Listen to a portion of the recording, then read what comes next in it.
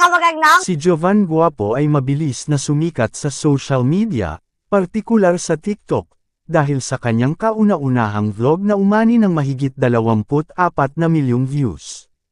Sa loob lamang ng 8 araw, nakakuha siya ng 674,000 followers, na nagpapakita ng kanyang mabilis na pag-angat sa kasikatan.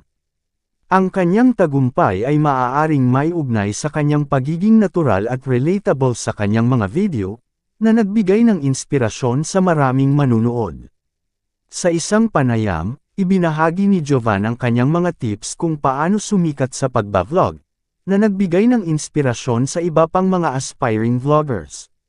Bukod dito, ang kanyang pagiging totoo at masayahing personalidad ay nagustuhan ng kanyang mga taga-subaybay, na nagresulta sa mabilis na pagdami ng kanyang followers at views.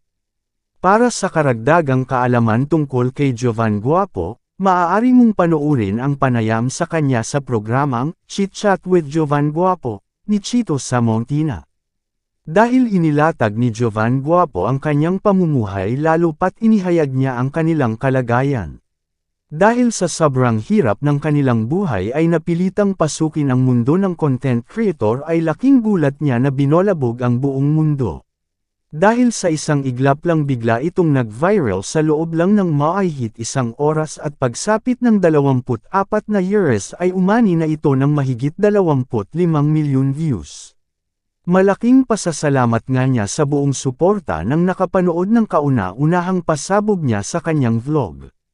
Kahit mapait ang kanyang pinagdaanan ay sandamakmak naman ang blessings na dumating sa kanilang bahay dahil kabila-kabilang tulong ang ipinaabot kag Jovan Guapo.